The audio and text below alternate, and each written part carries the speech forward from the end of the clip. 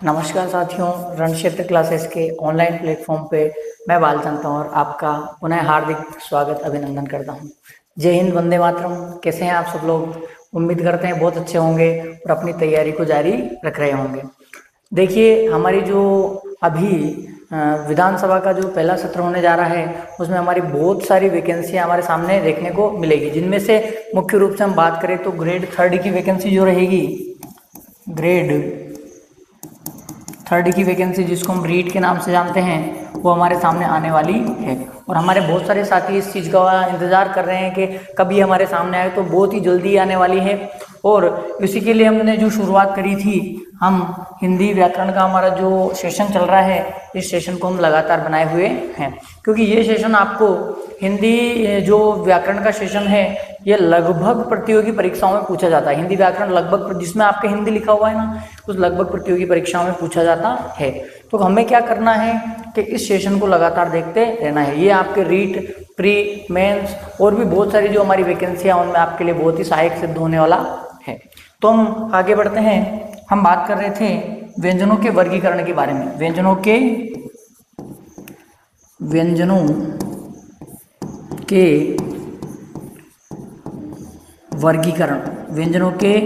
वर्गीकरण के बारे में हम बातचीत कर रहे थे। व्यंजनों के वर्गीकरण के बारे में बातचीत कर रहे थे और हमने एक आधार पर जो है व्यंजन का वर्गीकरण पढ़ा था, वो था अध्ययन में या अध्ययन की सरलता के आधार पे। अध्ययन की सरलता के आधार पर मैंने आपको बताया था कि जो हमारे व्यंजन है वो 3 प्रकार के होंगे: स्पर्श, अंतस्थ और ऊष्म। स्पर्श, अंतस्थ और ऊष्म। फिर उसमें हमने जाना कि स्पर्श की संख्या 25 होती है, कैसे लेके मैं तक होते हैं। ऊष्म 4 होते हैं, जिनको श और है, उनको संघर्षी भी हमने कहा है ना, क्योंकि जब उनको बोलते हैं तो संघर्ष करके जो हमारी मुख है, मुख को संघर्ष करना पड़ता है, इसलिए हमने उनको संघर्षी कहा। फिर हमने अंतस्थ की बात करी थी, तो अंतस्थ में जो 4 थे, उनमें से ये और वे को हमने अर्धस्वर कहा, रे को हमने प्रकंपित और लुंठित कहा, और लय को हमने पार्श्विक कहा। फिर उसके बाद मैंने कहा था कि हम बात करेंगे, मैंने आधार बताया था आपको। दूसरा जो आधार रहने वाला है वो मैंने आपको बताया था घोष या कंपन के आधार पर। किसके आधार पे? घोष या कंपन के आधार पे। घोष या कंपन के आधार पे हमारा जो ये वर्गीकरण जो दूसरा वाला रहने वाला है वो होगा। और मैंने आपको बताया था कि घोष या कंपन के आधार पे। घोष का अर्थ क्या होता है? मैंने आपको बोला था कि घोष का अर्थ होता है, किससे लेते हैं अपन? घोष का अर्थ हम लेते हैं गूंज से। घोष का अर्थ हम किससे लेते हैं? गूंज से। घोष का अर्थ हम किससे लेते हैं? गूंज से। मतलब हमारे जो व्यंजन वर्ण है उनमें कुछ ऐसे होंगे जिनमें गूंज सुनाई देगी और कुछ ऐसे होंगे जिनमें गूंज सुनाई नहीं देगी। देखिए, मैंने आपको बताया था कि घोष या कंपन के आधार पे 2 प्रकार के हमारे जो व्यंजन को हम 2 भागों में बांटेंगे, वो था, देखिए, अब देखिए, तो मैंने कहा था ये 2 प्रकार के होंगे। एक होगा पहला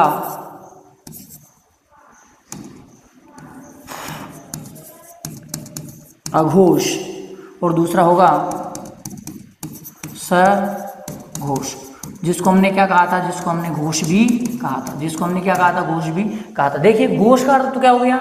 गूंज। अब इसको देखिए, देखो, परिभाषाएं अपने को रटनी नहीं है। जब अपने सेशन शुरू किया था तब मैंने आपको बताया था कि हिंदी जो है, हिंदी का हर शब्द अपनी कहानी खुद बयां करता है, तो अपने को शब्द को देखना है ना। देखिए, इसमें 2 हैं। अगर हम इसकी बात करें तो अधन घोष, अधन घोष, और इधर इसकी बात करें तो क्या है?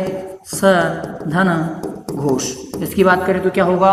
सधन घोष। देखिए, घोष का अर्थ तो हमने ले लिया गूंज से। घोष का अर्थ तो हमने ले लिया गूंज से, है ना। अ मतलब नहीं, अ मतलब नहीं, अ मतलब नहीं। और सही जो उपसर्ग इसका प्रयोग हम करते हैं सहित अर्थ में। किसके अर्थ में? सहित अर्थ में। मतलब कुछ व्यंजन वर्ण हमारे सामने ऐसे होंगे जिनको बोलते समय हमारे मुख में क्या है? गूंज नहीं होगी, और कुछ ऐसे होंगे जो किसके साथ होंगे? गूंज के साथ होंगे। जो किसके साथ होंगे? जो गूंज के साथ होंगे। उनको क्या कहा? जिनके में गूंज नहीं होगी वो अघोष कहलाएंगे, और जिनमें गूंज होगी वो क्या कहलाएंगे? वो सघोष कहलाएंगे, है ना। जिनमें गूंज होगी वो क्या कहलाएंगे? सघोष कहलाएंगे। देखिए, यहाँ तक की बात हम समझ गए कि जिसमें गूंज होगी वो क्या कहलाएंगे, सघोष, और जिसमें गूंज नहीं होगी वो क्या कहलाएंगे, अघोष कहलाएंगे। अब देखिए, अब अपने को क्या ध्यान रखना है, अब अपना मेन काम क्या है, हमारा मेन काम है कि किसमें तो गूंज होगी और किसमें गूंज नहीं होगी। तो हमें तो व्यंजनों का वर्गीकरण करना है, व्यंजनों का क्या करना है, व्यंजनों का वर्गीकरण करना है।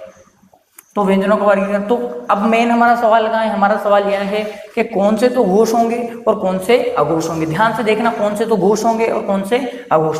तो देखिए मैं आपके सामने लिखूं तो प्रत्येक वर्ग, वर्ग हमारे पास कितने हैं, 5 वर्ग कितने हमारे पास, 5 है। क वर्ग, च वर्ग, ट वर्ग, त वर्ग और प वर्ग, क वर्ग, च वर्ग, ट वर्ग, त वर्ग और प वर्ग, 5 वर्ग हैं। तो मैं आपके सामने लिखूं कि प्रत्येक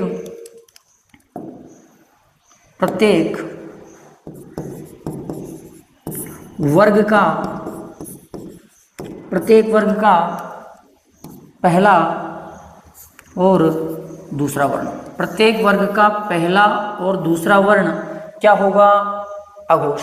प्रत्येक वर्ग का पहला और दूसरा वर्ण क्या होगा, अघोष। प्रत्येक वर्ग का पहला और दूसरा वर्ण क्या होगा, प्रत्येक वर्ग का पहला और दूसरा वर्ण हमारे सामने क्या आएगा, अघोष आएगा। यहाँ तक की बात समझ में आ गई कि प्रत्येक वर्ग का पहला और दूसरा वर्ण क्या होगा, अघोष। और कौन, अब देखो पहला और दूसरा इधर आ गया तो बचे भाई दो ही तो कैटेगरी है, एक तो अघोष और दूसरी सघोष। तो अगर पहला और दूसरा इधर आ गया तो इधर कौन सा आ जाएगा, तो प्रत्येक वर्ग का तीसरा, चौथा और पांचवा वर्ण क्या होगा, तीसरा, चौथा और पांचवा वर्ण क्या होगा, सघोष। तो हमें समझ में आ गया कि प्रत्येक वर्ग का पहला और दूसरा वर्ण तो क्या होगा, अघोष, और प्रत्येक वर्ग का तीसरा, चौथा और पांचवा वर्ण क्या होगा, सघोष। अब हम हमारे सामने दो चीजें और बची है, जो अवर्गीय थे उनमें उष्म और अंतस्थ, उसमें उष्म अंतस्थ। अब वो किस में आएंगे, तो ध्यान रखना पहले और दूसरे वर्ण के बाद तीनों शकार, श और स, ये तीनों शकार भी क्या होंगे, तीनों शकार भी अघोष होंगे, तीनों शकार भी क्या होंगे, अघोष होंगे। तो वर्ग का पहला, दूसरा और तीनों शकार क्या होंगे, अघोष। तो अब क्या क्या बचा हमारे पास, तो हमारे पास बचा है अंतस्थ प्लस एक और क्या बचा है हमारे पास है अंतस्थ, और हमारे पास क्या बचा है, ये क्या होंगे, सघोष।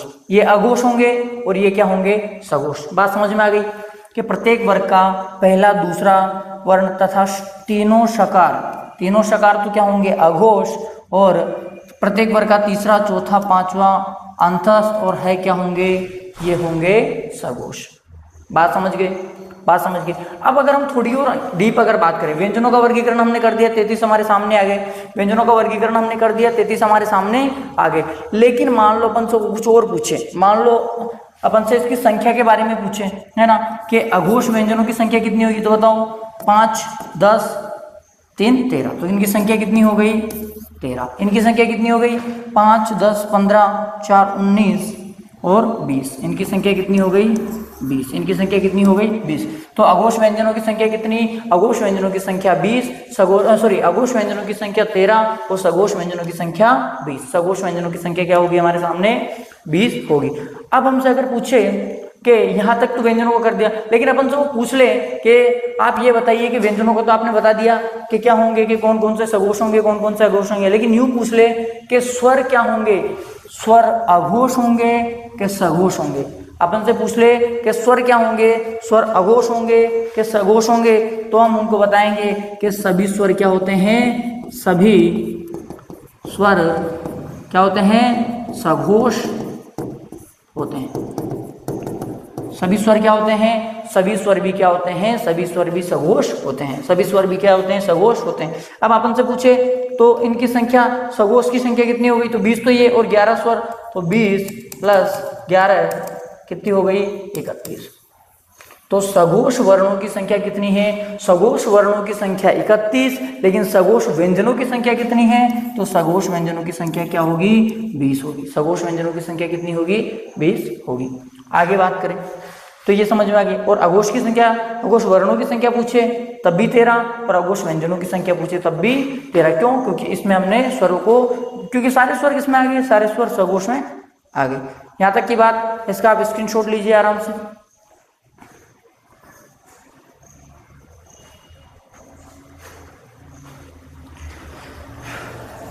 देखिए ये बात आपके समझ में आ गई होगी अच्छे से, है ना।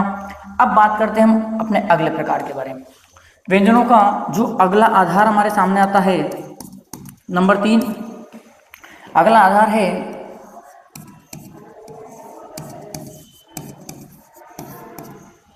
प्राणवायु। प्राणवायु के आधार पे, किसके आधार पे? प्राणवायु। देखो प्राणवायु सामान्यतः साइंस में अगर हम बात करें तो प्राणवायु किसे कहते हैं? तो प्राणवायु साइंस में हम बात करें तो प्राणवायु कहा जाता है ऑक्सीजन को। प्राणवायु किसको कहा जाता है? प्राणवायु कहा जाता है ऑक्सीजन को, है ना। लेकिन हम यहाँ हिंदी में बात कर रहे हैं तो यहाँ हम ऑक्सीजन की बात नहीं कर रहे हैं, यहाँ हम किसकी बात कर रहे हैं? प्राणवायु या मुंह से निकलने, मुंह से निकलने वाली हवा। प्राणवायु या मुंह से निकलने वाली हवा, इसके आधार पे हम अगर बात करें तो इसके आधार पे व्यंजनों को कितने भागों में बांटा गया है, इसके आधार पे हम बात करेंगे। तो प्राणवायु के आधार पे अगर हम बात करें, अपन से कोई पूछ ले, पहला प्रश्न तो यही बन जाता है कि प्राणवायु या मुंह से निकलने वाली वायु के आधार पे व्यंजनों को कितने भागों में बांटा गया है। तो प्राणवायु हम उसको बताएंगे कि प्राणवायु अर्थात मुंह से निकलने वाली हवा, उसके आधार पे हमने व्यंजनों को 2 भागों में बांटा है। उसके आधार पर हमने व्यंजनों को कितने भागों में? 2 भाग। कौन से? कितने भागों में बांटा है? 2 भागों में बांटा है। 2 भाग कौन से? देखिए पहला भाग की हम बात करें तो अल्प प्राण, और दूसरा भाग महाप्राण। दूसरा भाग क्या होगा? महाप्राण। पहला अल्प प्राण और दूसरा महाप्राण। देखिए शब्द को ध्यान से देखना, मैंने क्या कहा कि हिंदी में अगर किसी शब्द को जानना है तो उसको आप अच्छे से देखिए, क्योंकि हिंदी में हर शब्द अपनी कहानी खुद बयां करता है। हिंदी में हर शब्द अपनी कहानी खुद बयां करता है, तो उसको ध्यान से देखना है, उसको ध्यान से देखना है। तो कितने, पहला प्रश्न तो ये कि प्राणवायु या मुंह से निकलने वाली हवा के आधार पे हमने जो वर्ण है या व्यंजन के 2, उनको कितने भागों में बांटा है? उनको हमने 2 भागों में बांटा है, एक अल्प प्राण और एक महाप्राण। एक अल्प प्राण और महाप्राण। इनकी परिभाषा अपने को रटनी नहीं है, इनकी परिभाषा अपने को रटनी नहीं है, वो खुद देखो अपने आप पता चल जाएगा। इसको शब्द को देखो तो इसमें 2 शब्द आते हैं हमारे सामने। एक तो आता है अल्प धन प्राण, अल्प धन प्राण। इसको देखेंगे तो इसको देखेंगे तो क्या आएगा? महाधन प्राण। अल्प धन प्राण, महाधन प्राण। देखो प्राण मतलब तो क्या है? प्राणवायु। प्राण मतलब तो क्या है? प्राणवायु, है ना। अल्प मतलब कम, अल्प मतलब कम, और महा मतलब होता है ज्यादा। महा मतलब होता है ज्यादा या बड़ा। देखो ध्यान से देखना है कि अल्प प्राण मतलब कम वायु, अल्प प्राण मतलब कम वायु, मतलब ऐसे व्यंजन वर्ण जिनको बोलते समय हमारी जो प्राणवायु है मुख से कम बाहर निकलेगी या कम मात्रा में बाहर निकलेगी या अल्प मात्रा में बाहर निकलेगी, तो वो कौन से कहलाएंगे? वो अल्प प्राण कहलाएंगे। और जिनको बोलते समय हमारे मुख से हवा जो है, हमारी प्राणवायु है, वो अधिक मात्रा में या ज्यादा मात्रा में बाहर निकलेंगी, वो क्या कहलाएंगे? वो महाप्राण कहलाएंगे। वो क्या कहलाएंगे? वो महाप्राण कहलाएंगे। अब यही बात समझ में, महाप्राण समझ में आ गया। तो अल्प प्राण और महाप्राण में कोई कंफ्यूजन नहीं है कि कम वायु निकलेगी तो अल्प प्राण कहलाएंगे, और अधिक वायु निकलेगी तो क्या कहलाएंगे? अधिक वायु निकलेगी तो महाप्राण कहलाएंगे। ये यहाँ तक की बात है। अब हमारे सामने वही बात के कौन से अल्प प्राण होते हैं, कौन से महाप्राण होते हैं, कौन से अल्प प्राण होते हैं और कौन से महाप्राण होते हैं। देखिए ध्यान से,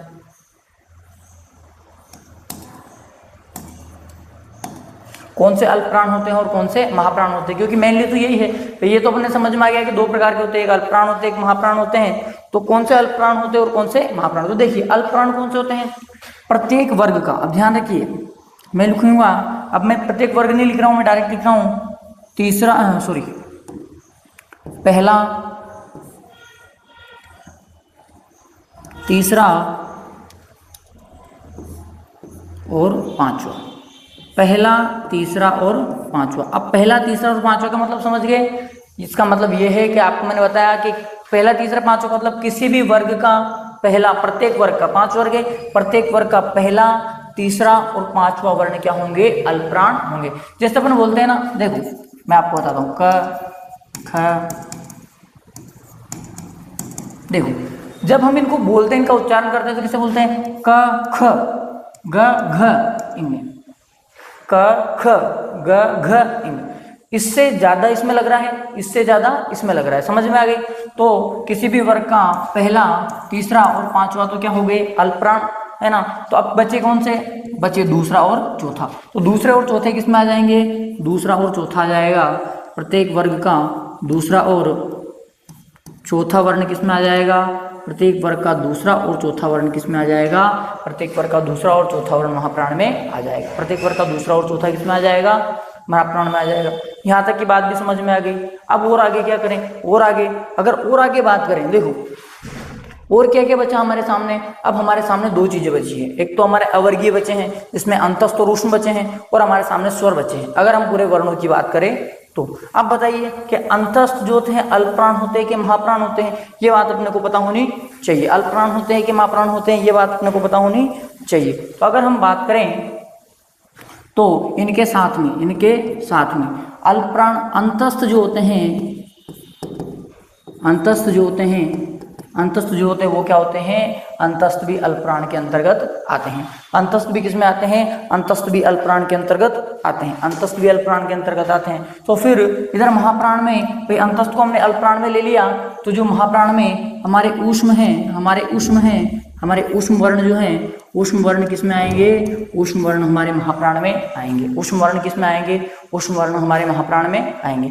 तो अंतस्थ किस में आ गए, अल्पप्राण में। महाप्राण में कौन सा आ गए, ऊष्म किस में आ गए, ऊष्म आ गए महाप्राण में। अब देखो कितने हो गए, ये तो हो गए।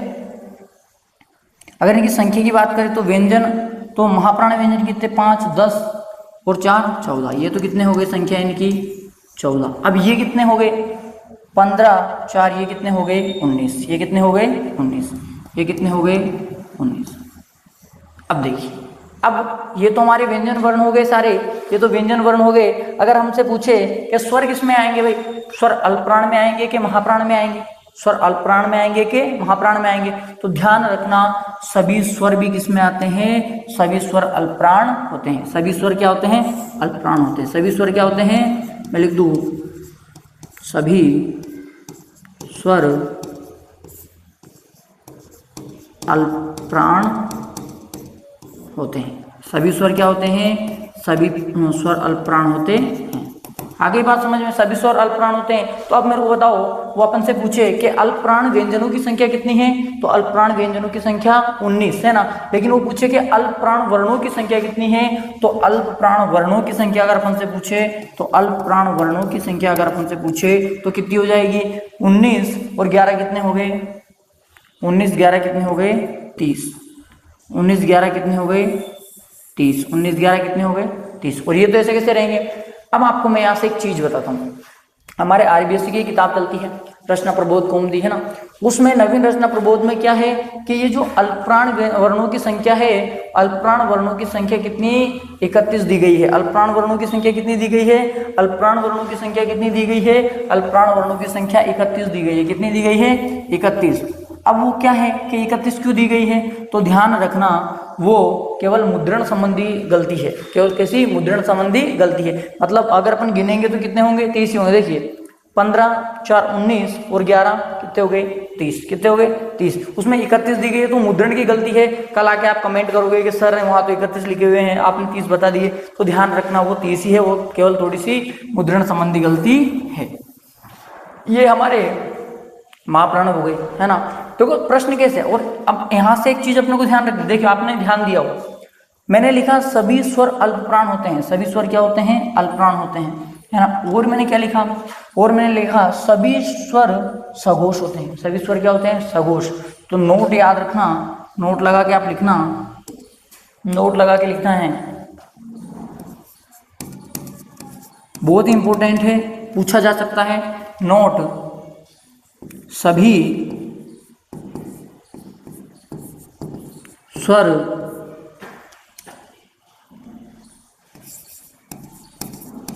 अल्पप्राण व कैसे होते हैं, अल्पप्राण व सघोष होते हैं।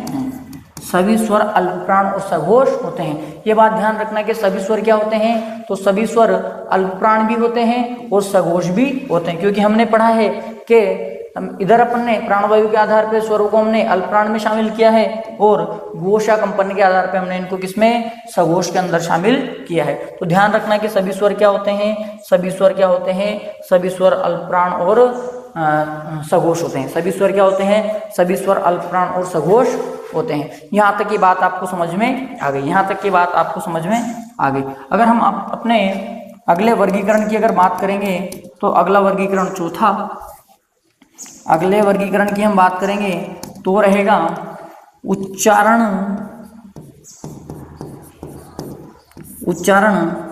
के